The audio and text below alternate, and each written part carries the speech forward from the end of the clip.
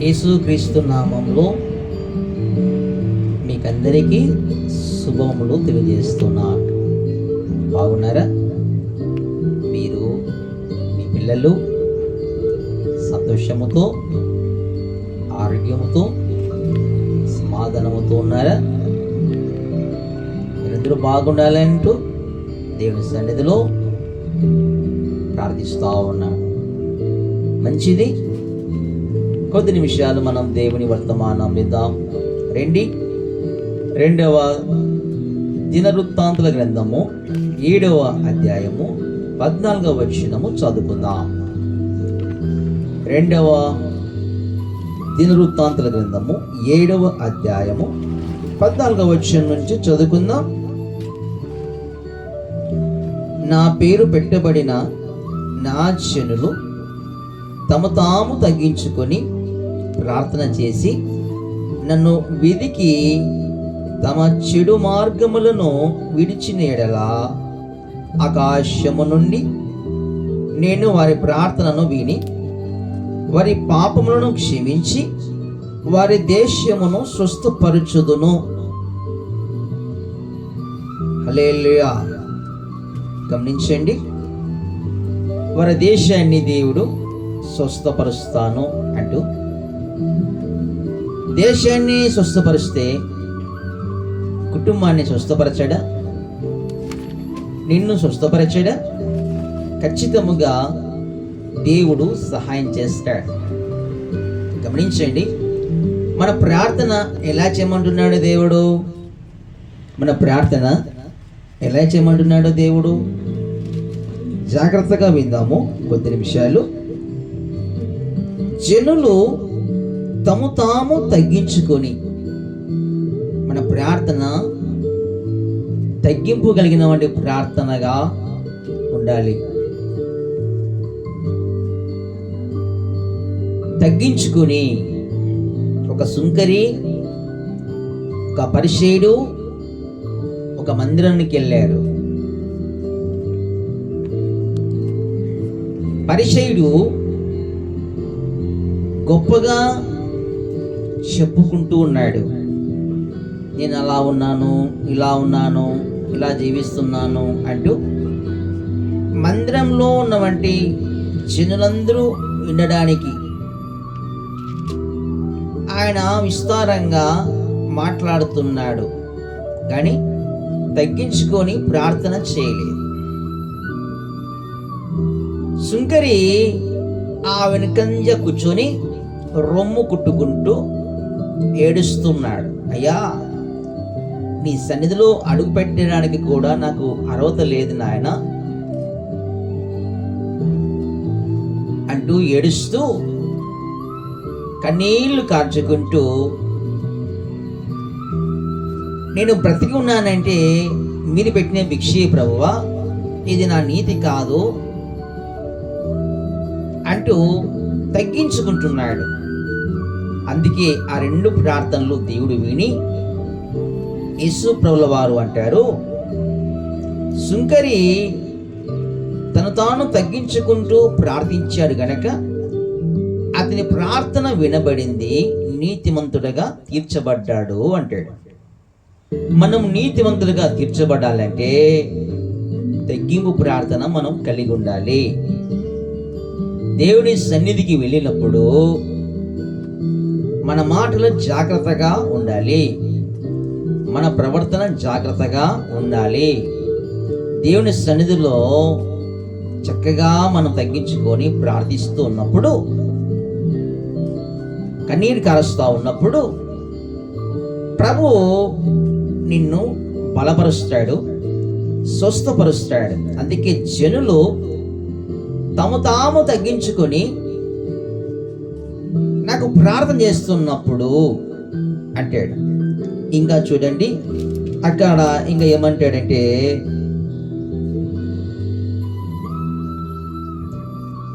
నన్ను వెతికి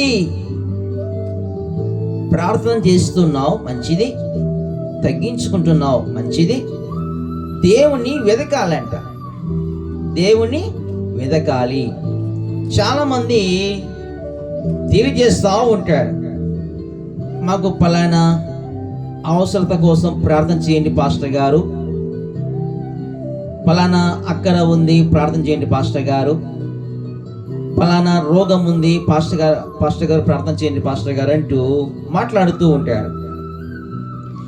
నీకు ఎలాంటి రోగమైనా ఎలాంటి అక్కర్లు ఉన్నా తగ్గింపు కలిగి ప్రార్థన చేస్తూ నీవు దేవుని వెతకాలి, అనగా దేవుని మందిరానికి రావాలి.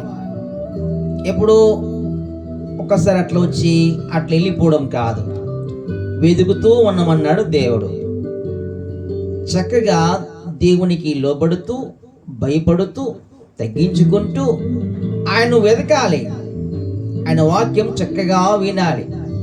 కొంతమంది చర్చికి వస్తూ ఉంటారు,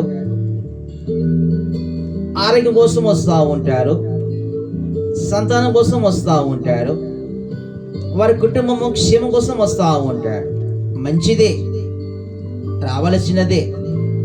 అయితే దాంతోపాటు దేవుణ్ణి వెతకాలి, అనగా వాక్యాన్ని చక్కగా నువ్వు వినాలి.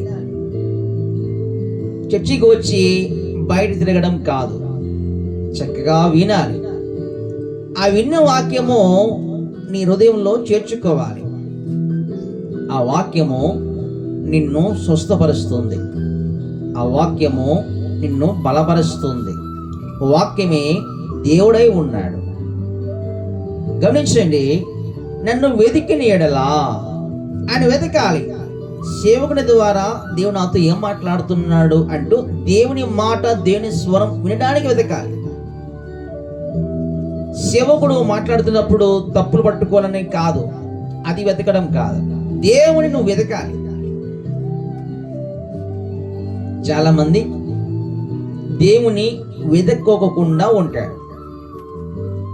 దేవుని నువ్వు ఎదిగిన తర్వాత ప్రభు అంటాడు, తగ్గించుకొని తాము తగ్గించుకొని ఇలాగున్న వారు నన్ను వెతికిన ఎడలా, తర్వాత ఏం చేయమంటాడు, చెడు మార్గములు విడిచిన ఎడల, చెడు మార్గములు ఏం చేయాలి, విడిచిపెట్టాలంట. చెడు మార్గములు విడిచిపెట్టాలి. దేవుని సన్నిధికి వస్తున్నావు, మంచిది. తగ్గింపు ప్రార్థన చేస్తున్నావు, మంచిది. దేవుని గణపరుస్తున్నావు, మంచిది. నువ్వు చేస్తున్నవంటి చెడు మార్గము విడిచిపెడుతున్నావా? అట్లే చెడంతా అట్లే పెట్టుకొని నడుస్తున్నావా? చూడండి, మనం బైక్లో వెళ్తా ఉన్నాం, ఏదో నడుచుకుంటూ వెళ్తా ఉన్నాం. ఆ రోడ్డు పక్కన ఒక కుక్క, అది లారీ కింద పడి బస్సు కింద పడి చనిపోయింది. అక్కడ వాసన వస్తూ ఉంటుంది. మనం అక్కడే కొంచెం కూర్చొని ఆ వాసన పిలుచుకుంటూ కూర్చుంటామా? కూర్చోగలమా? అక్కడి నుంచి ఏం చేస్తాం, తొందరగా ముందుకెళ్తాం. వాసన వస్తూ ఉంటే మన చేత్తో ఆ వాసన రాకోకుండా మన ముక్కులు మూసుకొని మనము ముందుకు వెళ్తాం, పరిగెత్తుతాం. అంటే చెడు వాసన నీవు అంగీకరించలేదు, చెడు వాసన దగ్గర కూర్చోడానికి నీకు ఇష్టం లేదు. అలాగే దేవుడు నువ్వు చేసే చెడు పని ఆయనకి ఇష్టం లేదు, నువ్వు నడిచే చెడు మార్గము ఆయనకి ఇష్టం లేదు. అందుకే చెడు మార్గము విడిచిన ఎడలా, చెడు వాసనను నీవు ఎలాగైతే దూరపరుచుకుంటున్నావో, చెడు వాసన దగ్గర రాకోకుండా నీ చేత ఎలాగైతే కప్పుకుంటున్నావో, అలాగున నీవు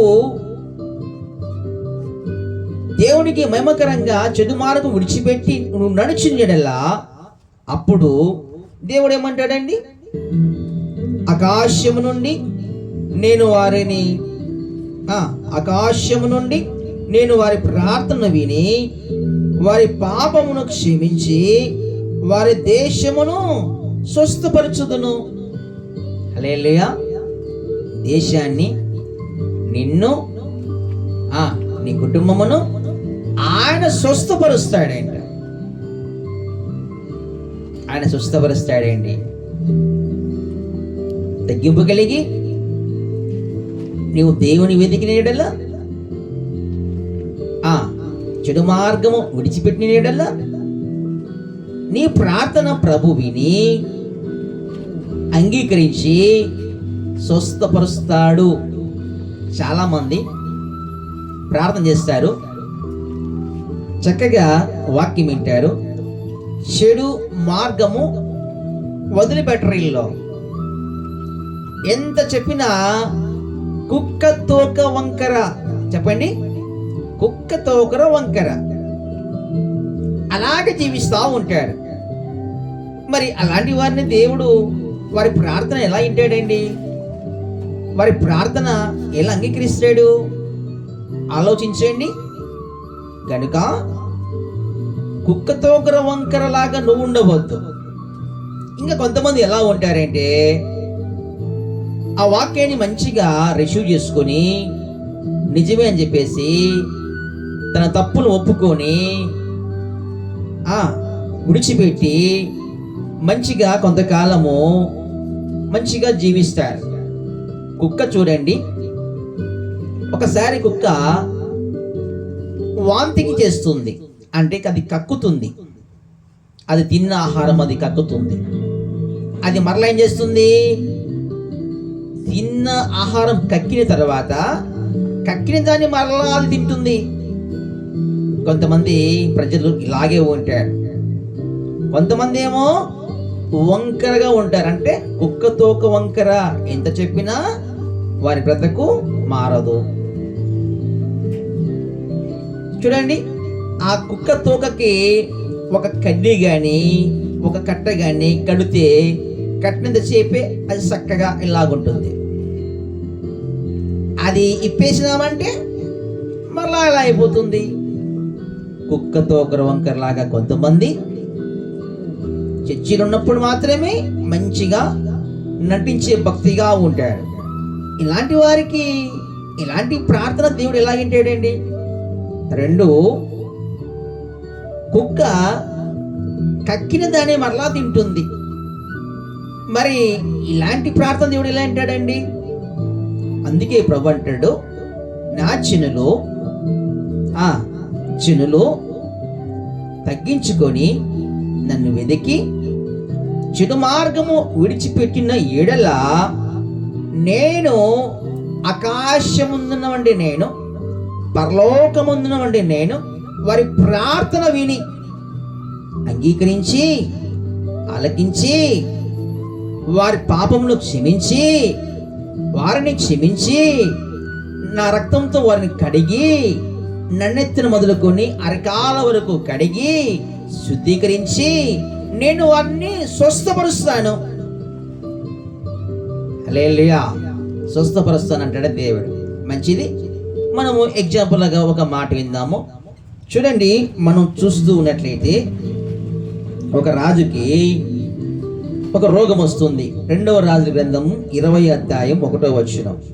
ఆ దినములలో హిజ్కియాకు మరణకరమైన రోగము కలగగా ఆమోజు కుమారుడును ప్రవక్త అయిన యెషయా అతని ఎద్దుకు వచ్చి, నీవు మరణమవుచున్నావు, బ్రతకవు గనక నీవు నీ ఇల్లు చక్కబెట్టుకోమని యెహోవా సెలవిచ్చుచున్నాడని చెప్పగా అతడు తన ముఖము గోడ తట్టు తిప్పుకొని, యెహోవా యథార్థ హృదయుడైన సత్యముతో నీ సన్నిధిని నేను ఎట్లు నడుచుకుంటునో, నీ దృష్టికి అనుకూలముగా సమస్తమును నేను ఎట్లు జరిగింతునో కృపతో జ్ఞాపకం చేసుకోమని హిజ్కియా కన్నీళ్లు విడుచుచు యెహోవాను ప్రార్థించెను.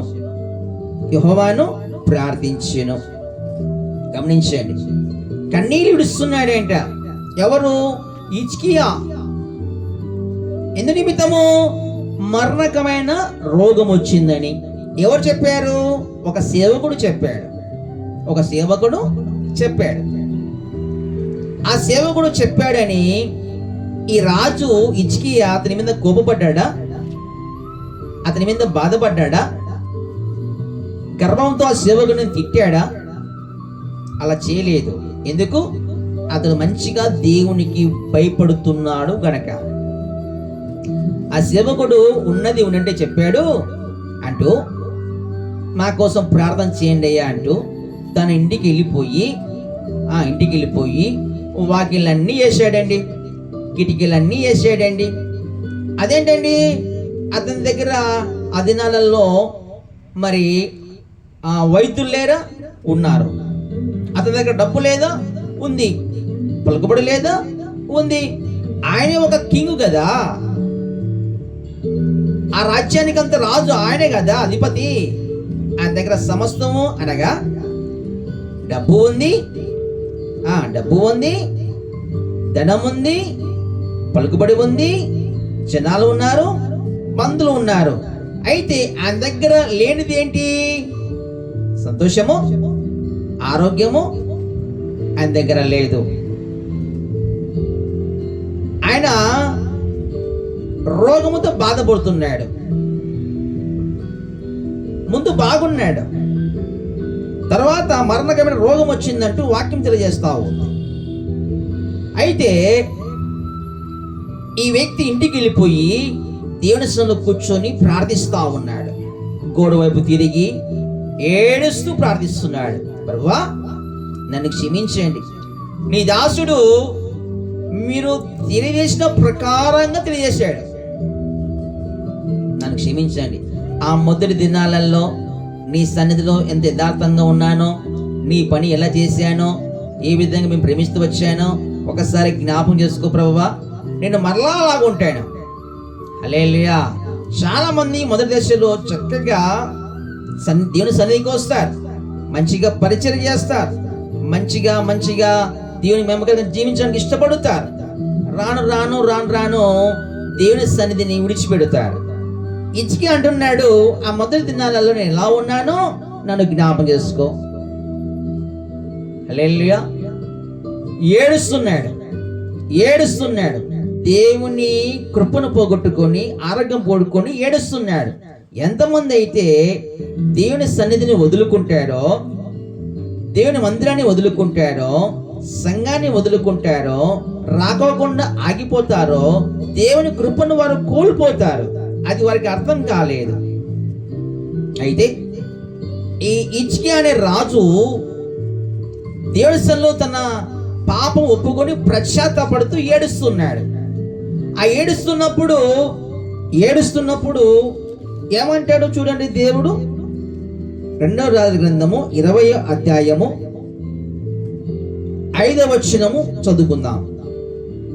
నీవు తిరిగి నా ప్రజలకు అధిపతివైన హిజ్కియా యొద్దకు పోయి అతనితో ఇట్లనము, నీ పితరుడైన దావీదునకు దేవుడగు యెహోవా నీకు సెలవిచ్చినదేమనగా, నీవు కన్నీళ్లు విడిచుట చూచితిని, నీ ప్రార్థన నేను అంగీకరించి ఉన్నాను, నేను నిన్ను బాగు చేసేదను.